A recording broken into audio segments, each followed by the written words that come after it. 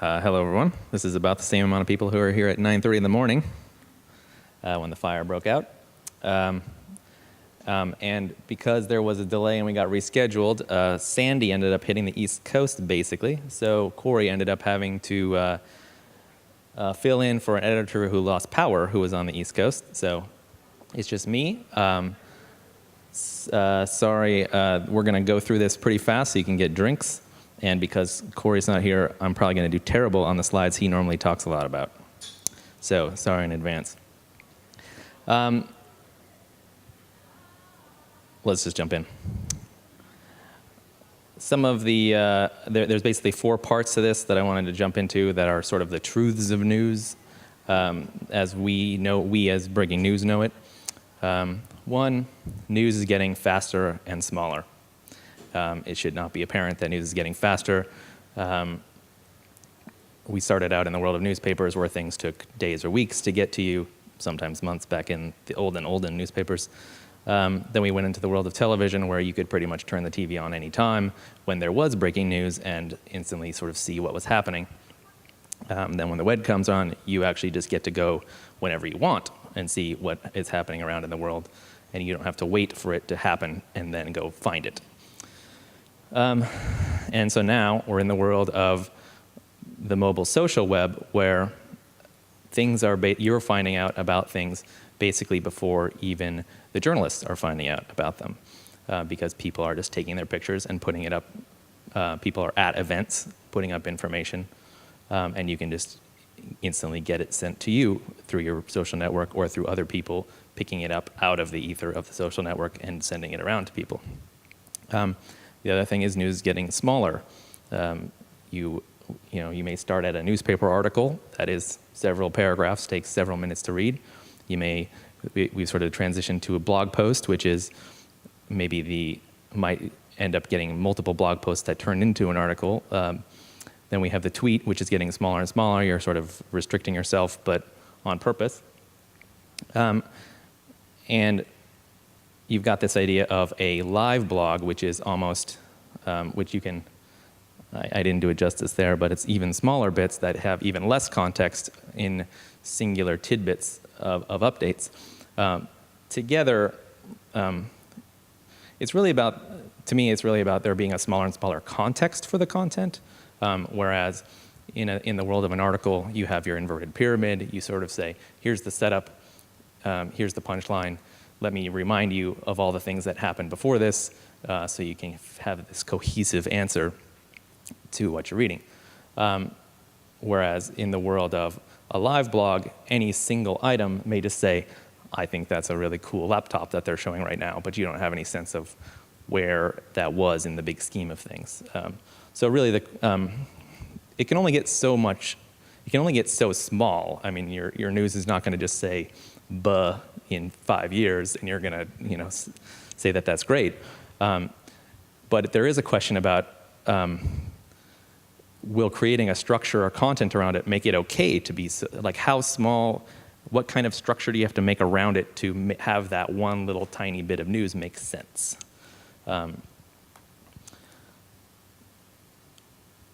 One of the other sort of truths that we see out there is that there's more news. There's more types of news, and there's more sources of news. And I'll try to explain a little bit more about each one of those things. More sources of news, the story is being covered by them before the media even gets there. The world out there right now is that there are people who are there already, and they have a distribution method to get that information that they're seeing out there. So the picture, just I'm an eyewitness at a fire, anything like that. Cameras are everywhere. Sometimes the cameras are well known. Sometimes I'm saying I have a camera in front of me. Sometimes the camera is not in plain sight, but it's just too easy to put them everywhere. So they are everywhere. What's the future like? Well, more cameras, better cameras, video cameras. If you imagine what's happening right now, anytime you go on Twitter, you can see just pictures, anyone taking any picture, and it's basically global. Now imagine that same idea that where anyone can basically live stream a video at anywhere at any moment.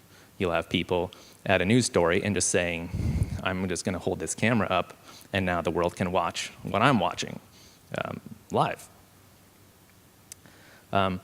So imagine how fast truths and also mistruths will reverberate in that world. The other thing is there's other sources that are the sort of the subject themselves in a way. You've got people like Boeing or any number of corporations or organizations basically taking it upon themselves to sort of be a blend of PR or news. They're just covering themselves because they want to control what people are seeing about them. And then you've got the whole world of social media, which is amplifying and accelerating all of this. The only note that I remember about this from Corey's world is that this SIC's taken photo was the most retweeted thing in the debate in the world of the 2012 debates.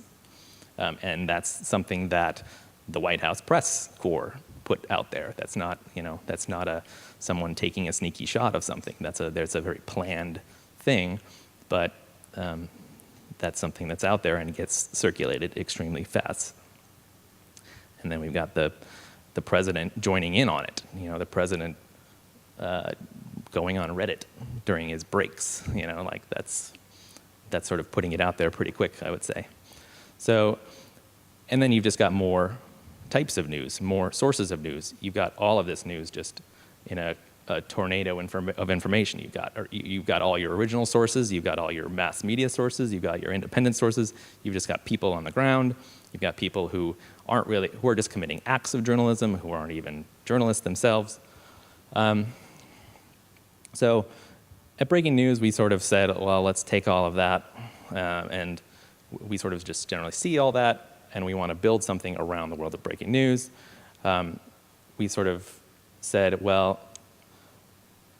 there's a lot of information out there, and the problem is that it's not information overload. No one's made a thing that filters it. We've tried to basically create a thing with editors, a mix of editors and technology and community, because we think the combination is the only thing that has worked. I think if you try to do things with just technology, you end up with sort of a popularity contest because algorithms can't quite, they can't yet, at least we'll say, can't solve it. We also use the community that's already out there. We know that people trust local sources, local media sources, so we have a tipping program so that we get more information from them and are able to sort of filter it. And basically what we've arrived at so far, well, originally we sort of started as a Twitter account only, then we turned it into sort of a collection of apps and websites. And so what we have arrived at is we sort of ended up backing into a mobile-first strategy, I'll say, in that we've seen the most uptake on our mobile products. Our mobile products now outnumber, or that's the wrong phrase to use it, our mobile products outpace and are just at a higher visit number, and just all the numbers are higher on mobile. I don't know how to phrase that any better. But they've surpassed all of our desktop products. It's probably because when people are using the news and when people want to use the news sort of fits well with the type of thing that we do. But we're also we're also particularly focusing on that world as much as we possibly can because we feel that that's where the future is.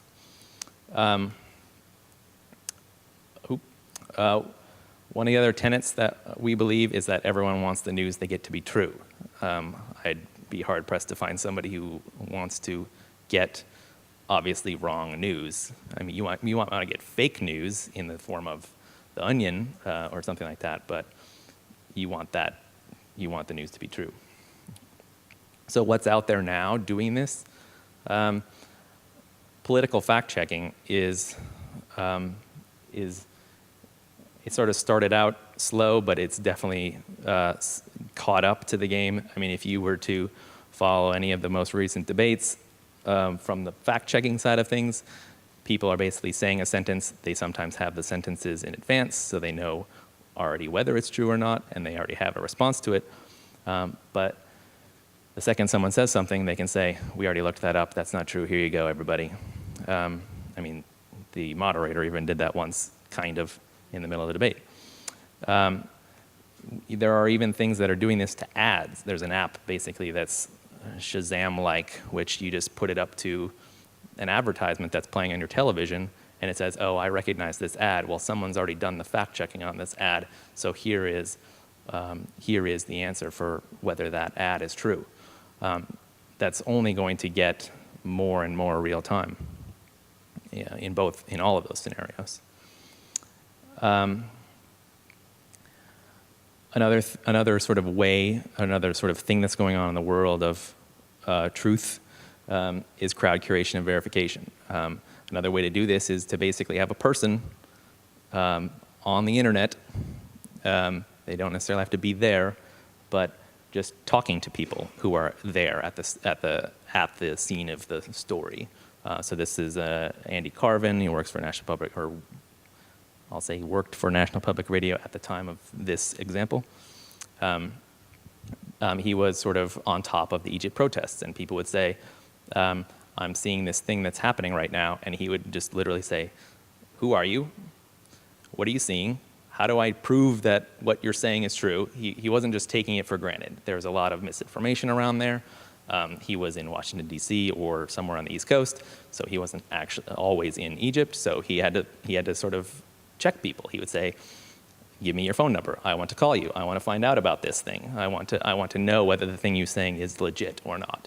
And he pretty much solely used Twitter, or at least he used it publicly, and he had tens of thousands or hundreds of thousands of tweets in a matter of weeks by just using it as a communication medium of verification. And he sort of used other people in that network as sort of a way to verify. He would say, oh, you're this person saying this. Well, you know this guy over here, and they know they'll vouch for you, et cetera, et cetera, et cetera. So sort of using the crowd as a verification in itself.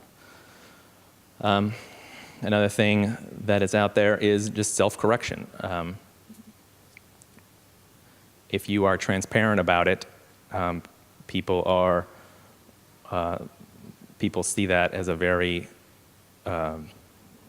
smart, nice thing. They don't want to find out that you've tried to hide something, or that you are sort of sticking to your guns, that you were right originally. It's okay that you are out there saying that you are wrong, and it's going to happen because you either analyzed it wrong or you got information from somewhere. It may not be your information, but you have to be the one to fess up to that or just be transparent about it. How do we do it at Breaking News? We basically do the shoe leather approach. We have people. Looking at the news. We're sort of embedded inside of a news organization, so we have access to the news that a lot of people don't have. You get sort of tips about things that people are going towards, scanners, news orgs, small, local news organizations, and then we just subscribe to everything. We say, let's subscribe to all the news organizations, all the publications, all the email alerts, all the phone alerts. We basically have devices that are subscribed to every news app and every Twitter account and everything, and we just have them all in front of us, and we have people watching this information and just saying, where is the news? And when they see something that is news, they say, yes, I can verify that in some form or another. And then they do the work. Sometimes they actually do the work where they then say, I don't see this anywhere else, so I'm going to go digging to see, or calling, or emailing, or whatever it is, to find out whether that thing is true. Some of the things that we do is use technology in that as well. It's not just phone calls and emails and Twitter. Some of the things around photos are particularly interesting because you've got data that is iffy or easily spoofable or easily faked or really tough to get a sense of.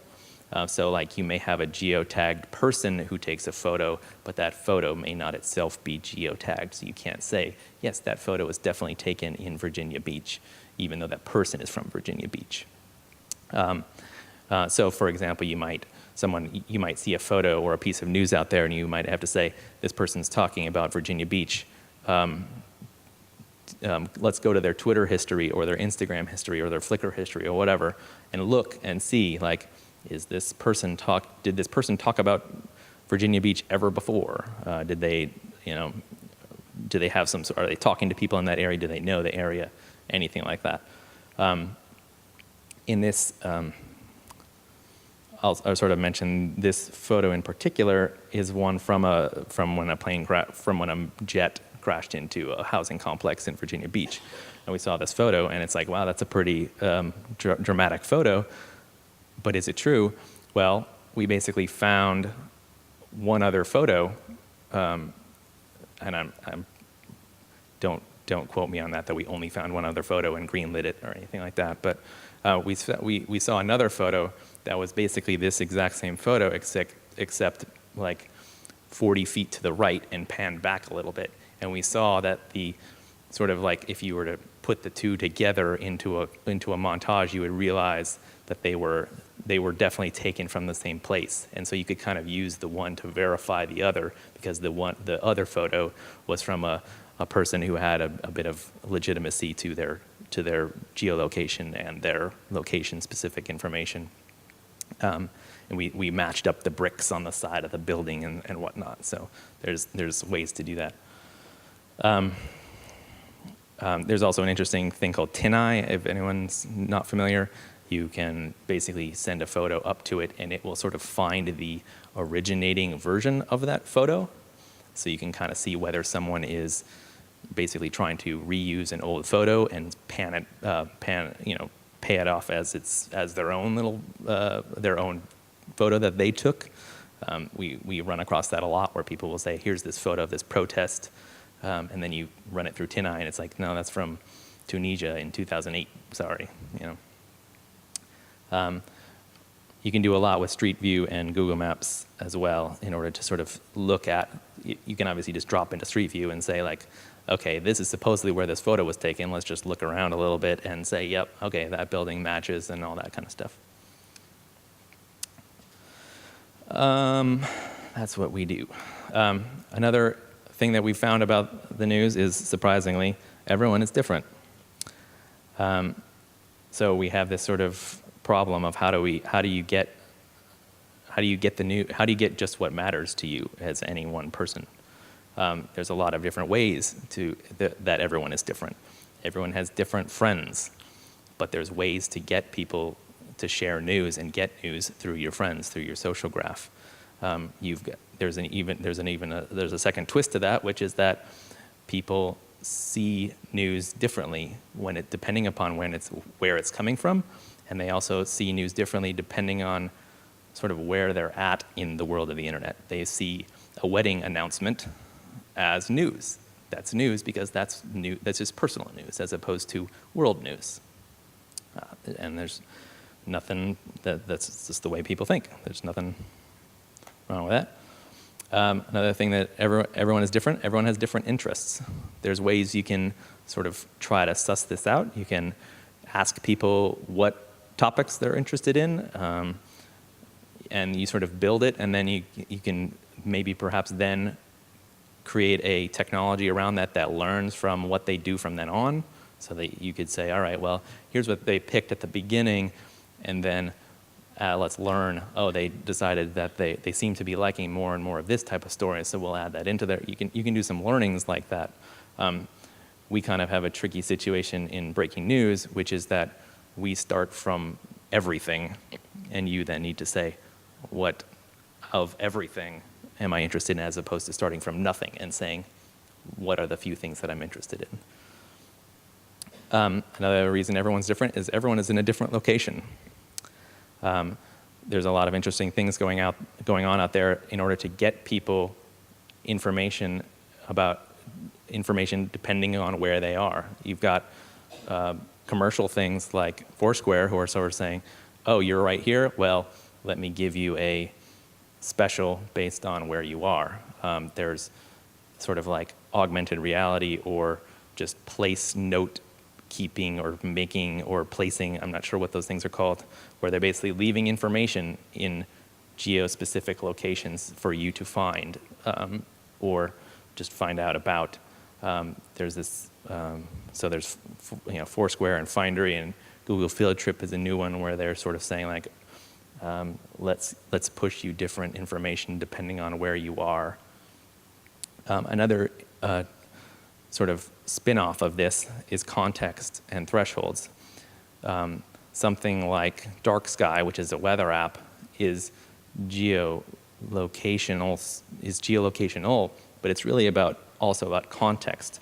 It allows you to get an alert when it's about to rain, but depending on where you are. But you can also set how much it's going to rain to like, I might say, I want to know if it's going to even drizzle, whereas another person in the exact same location would say, I want to know when it's really going to rain, so you don't get caught in a storm, whereas some people just might say, I just want any rain whatsoever I want to know about. Google has another interesting project called Google Now, which is basically a kind of a universal app which sends you content or news depending, and it's kind of personal news, but it's sending you content depending upon what you're doing and where it's like a combination of where you are, what you're doing, and what time it is. So when you wake up, you open this Google Now, and it says, here's what the traffic's like on your way to work. And then when you get to work, it says you got lunch. And then when you get done with lunch, it's like you've got a flight, and here's all the information for that. So just, I don't know what more to say about that, except it's a lot of stuff. Then there's the actual, I just threw in augmented reality as another thing, but it's sort of like a mix of geolocation and context and thresholds to say, all right, here I am, what's around me? Another thing is, another reason everyone's different and why and what you have to deal with is judgment. Everyone has a different reaction to something. You can kind of try to quantify it, but people are trying to do that. But in a sort of companion slide, everyone has a different opinion of what news is. So the problem that one of the problems we're trying to solve is you could send out, if you have two people in a room and you send out two pieces of news, someone will say, sports, that's not breaking news. And then you'll send out another one that says, a health scare, that's not breaking news. But they'll both say that the other one's isn't breaking news, but theirs is. That's just an opinion of, that's just a different news opinion. That's a different sort of world of what constitutes news to a person. And the news opinion thing is a very divisive, very strong thing. This graph at the bottom here is showing, I believe, some sort of like time series of breaking news follows and unfollows. And you might say like, oh, okay, I see that follows is generally outpacing unfollows at the bottom, but we're still talking about 48,000 people who are just deciding to unfollow based on one thing you said. It was like the straw that broke them.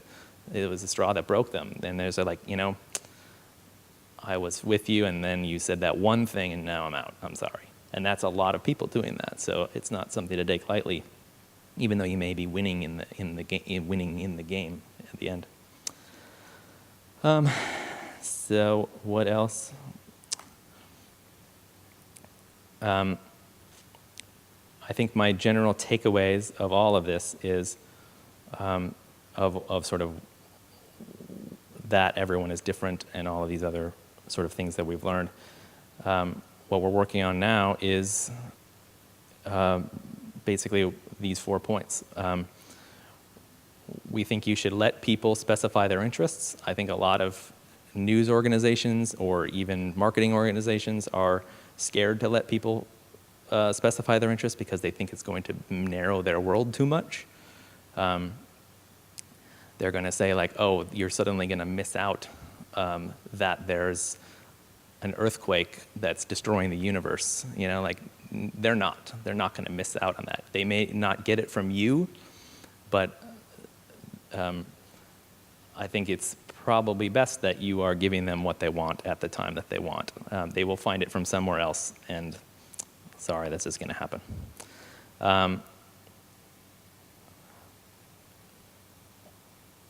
Using the mobile device as utility, I think a lot of the geo-location-based stuff speaks to that really well. But what we are trying to do is say what, you know, there's 2 aspects to that, and the third bullet kind of blends into this a little bit, but what you want while you're at work or while you're at home on a computer may be very different than what you want while you're just sort of out and about. How you get it may also be different. I mean, it's going to be different because sometimes you're walking around, sometimes you're standing still, chained to a computer. One of the things that we're doing is saying, we're trying to like sort of beef up the world of push notifications for your device, because you may basically want to sort of set your news preferences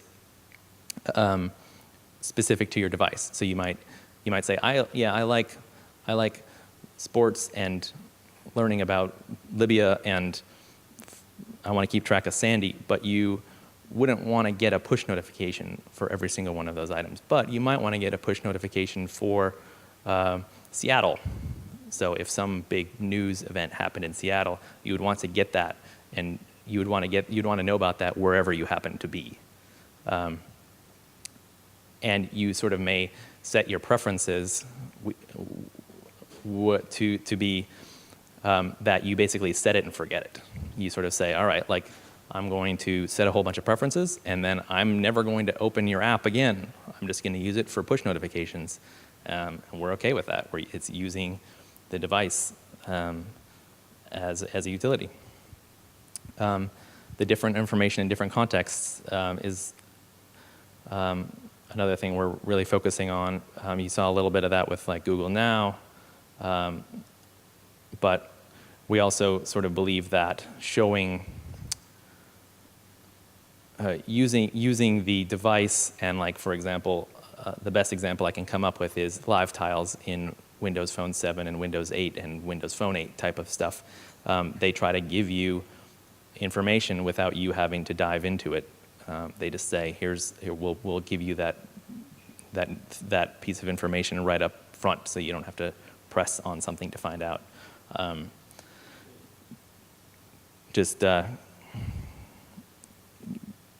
don't know what else to say about that. The other thing that I will impart is that you should use people to do what people are good at. There is probably not a way you can avoid using people. There are one of the things that is a very big barrier to entry with what we do and what other people try to do to sort of compete with us or be in the same space is we have people monitoring the news 24/7 and just doing this one task, and also saying what is important. We believe only a person can, right now, we'll say right now, Siri's on her way, but only a person can say, this is an important, it can instantly just see a story and say, this is important. You got a little bit of that instant reaction that someone can say OMG or lol to a news story, but we also feel we could give them more like meaningful tasks or questions to something where they say, here's this piece of news. How big of a deal is this? People are the ones that can make that judgment very quickly and very correctly, we believe. So that's just an example of what we do.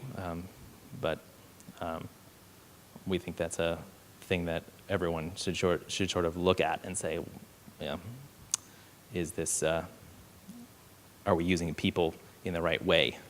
I guess is the way to phrase that. And that's it. I'm sorry. Are there? We'll open the floor to questions because I want to get this done early and get you guys a drink.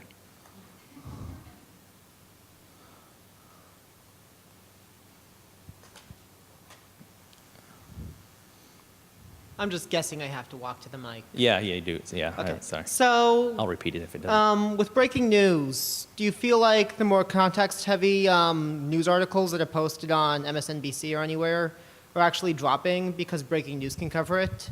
And where do you think the balance is between the needed 140-word breaking news post versus something that actually does require a lot of context and a lot of reading to really understand?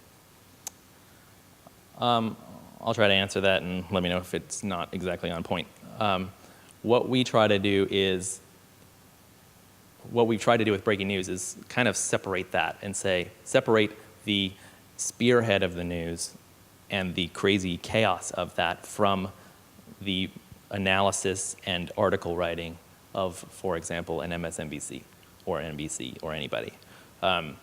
So a lot of times what happens is people will say, I can't write this story on deadline because like something just happened and now I'm staying for 16 hours because this just happened, but I still have to write this other thing. I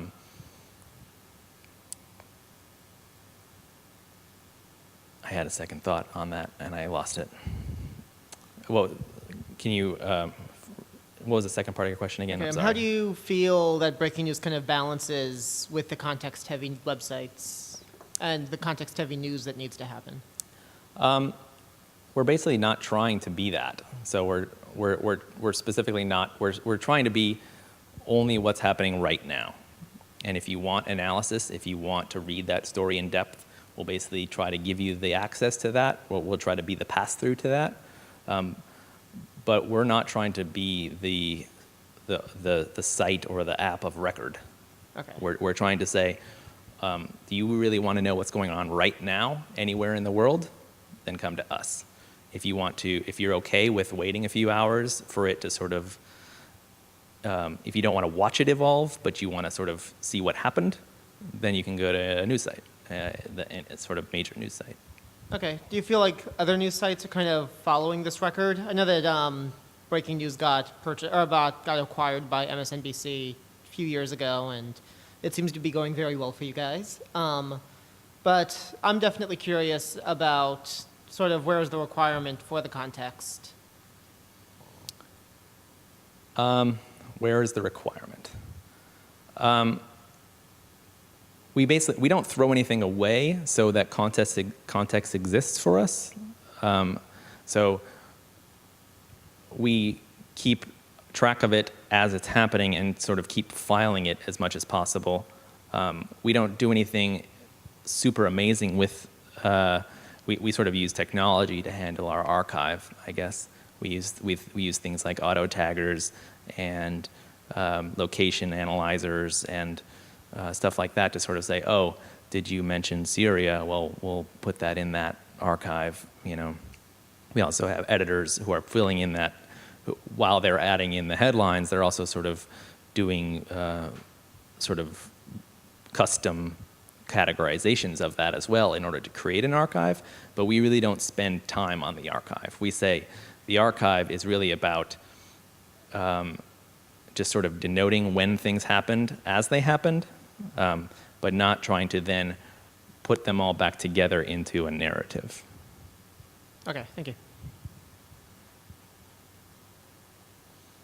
Any other questions? Hope you're short. No? All right. I'm just curious about the economics of your business and whether any of this is any different than standard news sites as far as the monetization. Are you getting judged on where you're driving traffic to? Is that part of it? Or if you could just It is. I'm not the best person to answer all of this, but we have the same issues, which is you got to have a business model of some kind. We sort of started with the advertising model because of sort of where we've ended up. It's been heavily mobile advertising model. We've decided to not like you have to, our app is free, for example, so like we decided that's obviously a decision you have to make. We made the decision that says we're going to make it free so that because we weren't known, we didn't have an app, so we want people to download it, and they need to know, they kind of need to get a feel for what they're getting before paying money to find out. But really, I think the difference, I think the only thing different that we're sort of enabled to do is, because we're at a somewhat fresh start, we kind of get to think of it a little bit freely, and I would encourage everyone to do this, which is to say, could we kind of come up with something new specifically because it will give us a chance to try a different model. It doesn't have to be very big, but it can, we could tomorrow say, well, let's run the numbers and then try to pay, to say the app is $1 and see how many people take us up on it. And then, maybe we do something slightly different there to say that there's a reason for that dollar. Yeah, maybe I should have asked it a different way. From getting acquired by MSNBC, and you're taking content that in the past was kind of considered free, at least from the mostly Twitter-based content, but with the addition of editors that you have to pay, and how much value do you have to show for adding that curation cost in order to make it a viable business? Is that something you're kind of just in the test phase and you get to see how popular it gets, and there's a runway where you get to prove that out? Yeah, there is. To show that. There is that. Well, I think one of the examples of how we experiment with that is topics or curation of topics, or what we use as verticals. So, for example, breaking news is normally seen as blood and guts that people don't want to be seen near. So we've experimented with saying, all right, well, how about tech or business verticals, and have our editors sort of pay attention to that a little bit, just like 10% more to fill that content area out, because those are more advertiser friendly, and it sort of gives them, it doesn't take them away from their minute-to-minute lives, but it is something that is sort of, they understand that, they kind of understand in the back of their minds why they're doing that content over there that is more friendly. But, I mean, honestly, we sort of have a runway, and we also have shown sort of enough of a trajectory to say, well, we're in the right place with the right numbers, with the right graphs going the right direction in, for example, mobile and app stuff that sort of says, well, supposedly that's where everything is going, and we are going there, so, we're sort of getting the okay in that scenario. And that really just came from trying things and trying different models and seeing what works. So it's more about just getting the traffic at this point? Yeah, up until now, it's really just been getting traffic and getting it sort of integrated into people's pockets and lives. Thanks. Any other questions? All right. Thanks, Fred.